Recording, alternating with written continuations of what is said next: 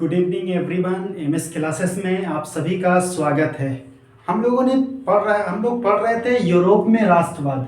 हम लोग इसका 4 पार्ट तक पढ़ चुके थे। आज हम लोग इससे आगे पढ़ने वाले थे। हम लोगों ने देखा था कि वियना सम्मेलन 1815 ईस्वी में हुआ था, जिसमें इटली के राजा चार्ल्स एल्बर्ट ने भी भाग लिया था। लेकिन ऑस्ट्रिया का चांसलर मेटरनिख ने कहा कि ये पूरा इटली आपको नहीं मिलेगा। नीचे के भाग पर फ्रांस का अधिकार होगा, ऊपर के भाग पर ऑस्ट्रिया का अधिकार होगा और बीच में पोप रहते हैं। और केवल 2 क्षेत्र किनको दिया गया? चार्ल्स एल्बर्ट को, क्योंकि इटली वाटरलू के युद्ध में भाग नहीं लिया था। आइए देखते हैं इटली का सभी राज्य का नाम पहले दिमाग में याद ध्यान में लाते हैं। कौन कौन सा राज्य है इसका आप लोग ध्यान से देखिएगा, याद हो जाएगा एक बार में। फिर पूरा ध्यान आप लोग बोर्ड पे रखिएगा।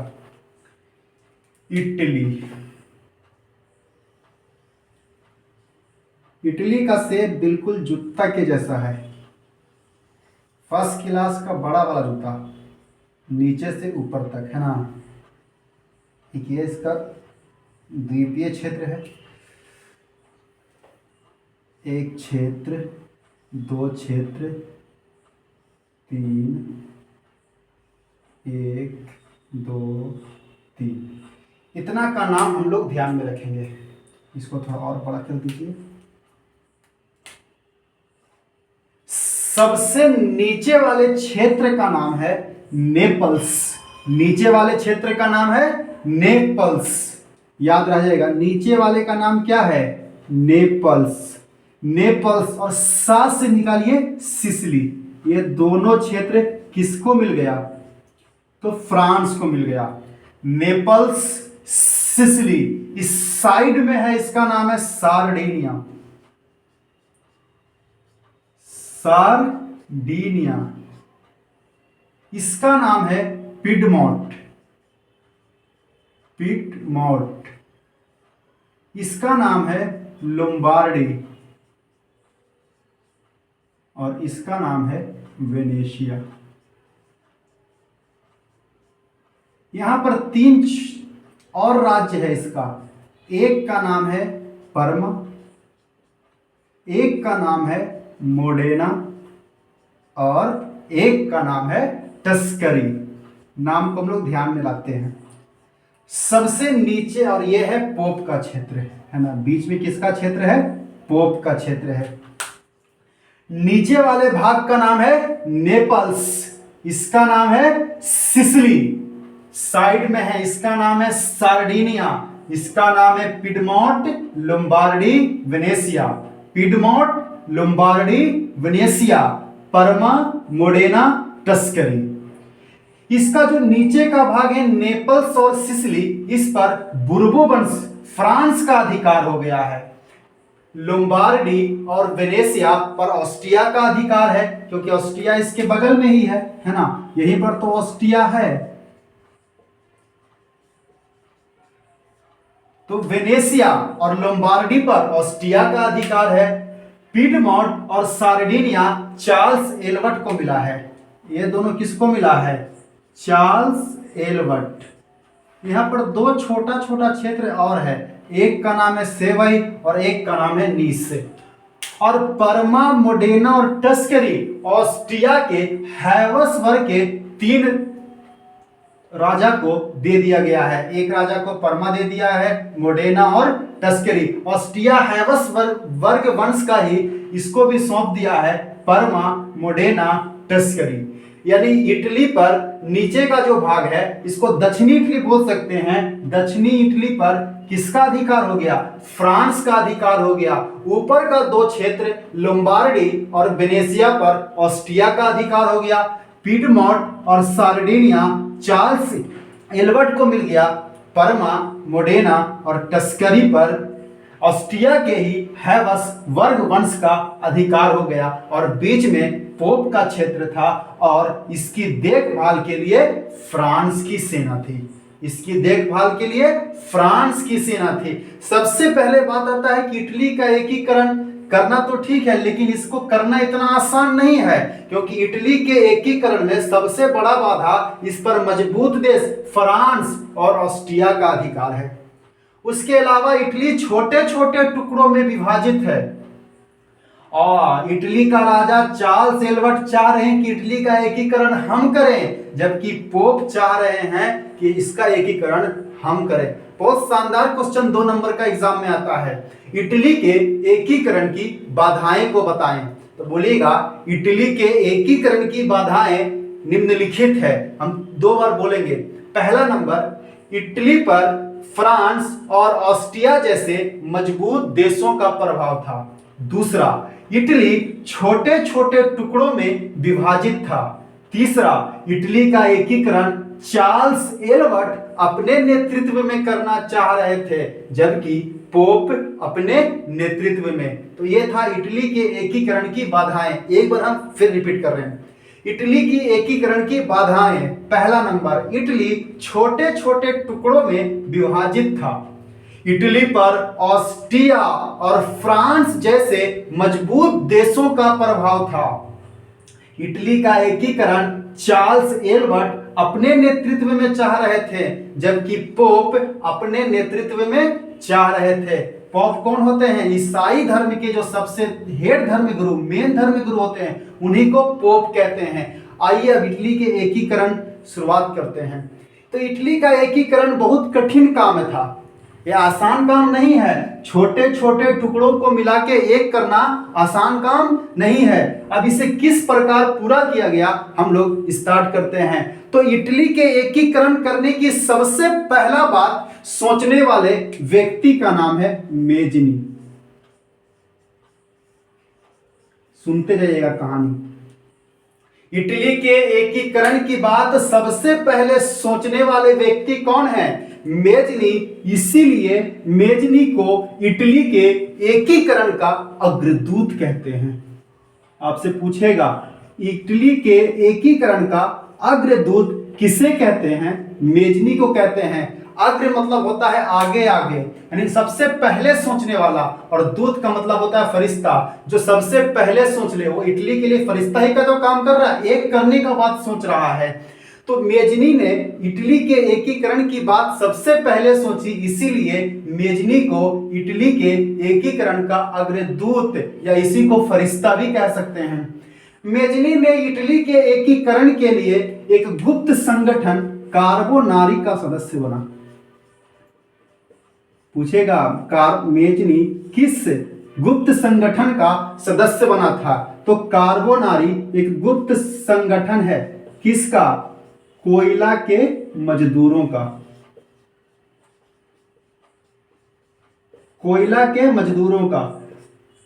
मेजनी ने सबसे पहले इटली के एकीकरण की बात सोची, इसीलिए मेजनी को इटली के एकीकरण का अग्रदूत कहते हैं। और यह कार्बोनारी गुप्त संगठन, कार्बोनारी कैसा संगठन था? गुप्त संगठन, जो कोयला के मजदूरों का संगठन था, इसका सदस्य बनता है और इटली के एकीकरण करने के लिए ऑस्ट्रिया पर हमला करता है। ऑस्ट्रिया पर हमला करने का मतलब है किस पर हमला करता है? लोम्बार्डी पर। क्या ऑस्ट्रिया कमजोर देश है? तो नहीं, ये हमला तो करता है लेकिन उससे पिटा के वापस आता है। मेजनी जा रहा है हमला करने, अब ये है कमजोर और जा रहा लड़ाई करने, तो पिटा के तो आएगा ही। यानी बार बार हमला करता है लेकिन ये जीतता नहीं है, हार कर वापस आता है। तो इसने कहा कि कार्बोनारी में कोयला के मजदूर लोग हैं, इन लोगों को लेके जाता है और फिर पिटा के वापस चला आता है। इसे सोचा कि नहीं, यंग लोगों का हम क्या बनाएंगे? संगठन बनाएंगे। और 1831 ईस्वी में यंग इटली का गठन किया। इसने कहा कि अगर इटली को एक करना है तो सभी जवान लोगों का संगठन बनाएंगे, सभी जवान लोगों को आना पड़ेगा। और 1831 में मेजनी ने यंग इटली का गठन करके फिर से हमला करना स्टार्ट किया। लेकिन ऑस्ट्रिया बहुत ही शक्तिशाली देश था, बार बार हमला कर रहा है और ये पिटाई के वापस आ जा रहा है। तो 1831 में यंग इटली, और इसके 2 साल बाद बोला कि अगर इटली को एक करना है तो केवल इटली से काम नहीं चलेगा, पूरे यूरोप को आना पड़ेगा। और इसने 2 साल बाद 1833 में यंग यूरोप का स्थापना करता है। फिर से सुनिएगा, सबसे पहले इटली के एकीकरण की बात मेजनी ने सोचा, इसीलिए इटली के एकीकरण का अग्रदूत, आगे आगे सोचने वाला फरिश्ता कहते हैं, यह गुप्त संगठन कार्बोनारी का सदस्य बना। कार्बोनारी क्या था? कोयला के मजदूरों का संगठन। और 1831 में यंग इटली का गठन किया और 1833 में यंग यूरोप का। मेजनी गणतंत्र संविधान का संवैधानिक गणतंत्र का ये चाहता था कि इटली में संवैधानिक गणतंत्र की स्थापना हो। तो क्या इसका राजा सपोर्ट करेगा? संवैधानिक। मेजनी चाहता था इटली में संवैधानिक गणतंत्र हो, संवैधानिक गणतंत्र की स्थापना हो। और मेजनी आदर्शवादी ज्यादा और व्यावहारिक कम था। आदर्शवादी अधिक और व्यावहारिक कम था। व्यावहारिक कम था। सुनिएगा, मेजनी चाहता था कि इटली में राजतंत्र नहीं हो, संवैधानिक गणतंत्र हो। और यह आदर्शवादी अधिक और व्यावहारिक कम था। आदर्शवादी का मतलब हुआ सच बोलना चाहिए, पिटाएंगे तब भी सच बोलेंगे, झूठ नहीं बोलेंगे। और व्यावहारिक का मतलब है सच बोलना चाहिए, लेकिन पिटाने का जरूरत पड़ेगा तो झूठो बोलना चाहिए, इसको कहते हैं व्यावहारिक। तो मेजनी बार बार हमला कर रहा ऑस्ट्रिया पर, लेकिन हमेशा ये पिटा के वापस आ रहा है। तो ऑस्ट्रिया की भी तो कुछ सेना इसमें मारे जा रही थी। तो ऑस्ट्रिया का राजा चार्ल्स एल्बर्ट को कहता है कि अगर अगली बार मेजनी हमला करेगा तो पीडमोंट और सार्डिनिया दोनों आपसे हम छीन लेंगे। अगर अगली बार मेजनी हमला करता है तो ऑस्ट्रिया चेतावनी दे रहा, किसको? चार्ल्स एल्बर्ट को, कि पीडमोंट और सार्डिनिया दोनों हम छीन लेंगे। तो चार्ल्स एल्बर्ट कहता है मेजनी को कि तुम हमारे देश छोड़ के चले जाओ। और मेजनी 1848 में इटली छोड़कर चला जाता है। तो क्या मेजनी ने इटली का एकीकरण कर पाया?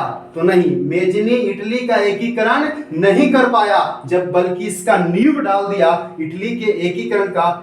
इसने लोगों के अंदर राष्ट्रवाद का विचारधारा को डाल दिया। तो मेजनी ने 1848 तक इटली के एकीकरण के लिए प्रयास किया, लेकिन इसके द्वारा किए गए प्रयास असफल हो गए और अंततः मेजनी को इटली छोड़कर जाना पड़ा। मेजनी इटली के एकीकरण का अग्रदूत किसे कहते हैं? मेजनी को। गुप्त संगठन कार्बोनारी का सदस्य कौन बना था? मेजनी। यंग इटली का स्थापना किसने किया था? मेजनी ने। यंग यूरोप का स्थापना किसने किया था? मेजनी संवैधानिक गणतंत्र का सपोर्टर था। यह आदर्शवादी अधिक और व्यावहारिक कम था। 1848 तक इसके द्वारा किए गए सभी प्रयास असफल रहे और अंततः मेजनी को इटली छोड़ना पड़ा। और 1852 में चार्ल्स एल्बर्ट की मृत्यु हो जाती है और नया राजा बनता है विक्टर इमैनुअल। नया राजा कौन बनता है? Victor Emmanuel. और विक्टर इमैनुअल ने अपना प्रधानमंत्री बनाया काउंट काबुल को। पहला हीरो मेजनी, अब दूसरा हीरो का एंट्री हो रहा है। दूसरा हीरो का नाम क्या है? काउंट काबुल। काउंट काबुल सफल कूटनीतिज्ञ था। यह व्यावहारिक अधिक और आदर्शवादी कम था। ये उल्टा था, ये अधिक व्यावहारिक था और आदर्शवादी कम था। यह संवैधानिक राजतंत्र का समर्थक था। मेजनी संवैधानिक गणतंत्र का समर्थक था, जबकि काउंट काबुल संवैधानिक राजतंत्र का समर्थक था, क्योंकि विक्टर इमैनुअल ने इसे प्रधानमंत्री बनाया था। काउंट काबुल चाहता था इटली के एकीकरण करने के लिए केवल इटली से ही काम नहीं चलेगा, इसके लिए फ्रांस जैसे मजबूत देशों का सहयोग प्राप्त करना पड़ेगा। क्या फ्रांस काउंट काबूल को सहयोग देगा, जबकि वो ऑस्ट्रिया का ऑलरेडी दोस्त है? तो वो तो सपोर्ट नहीं करेगा। लेकिन वो जिस मौका की तलाश में था वो मौका मिल गया 2 साल के बाद। सुनिएगा कहानी का अगला प्रसंग। एक देश है तुर्की, यह मुस्लिम देश है, यहां मुस्लिमों की आबादी है। यह तुर्की देश में 2 चर्च है। चर्च कहते हैं जहां ईसाई धर्म का पूजा पाठ होता है। इसमें ईसाई धर्म जैसे इस्लाम धर्म 2 भागों में डिवाइड है, उसी तरह ईसाई धर्म भी कैथोलिक और प्रोटेस्टेंट में डिवाइड है। एक का नाम है प्रोटेस्टेंट और एक है कैथोलिक।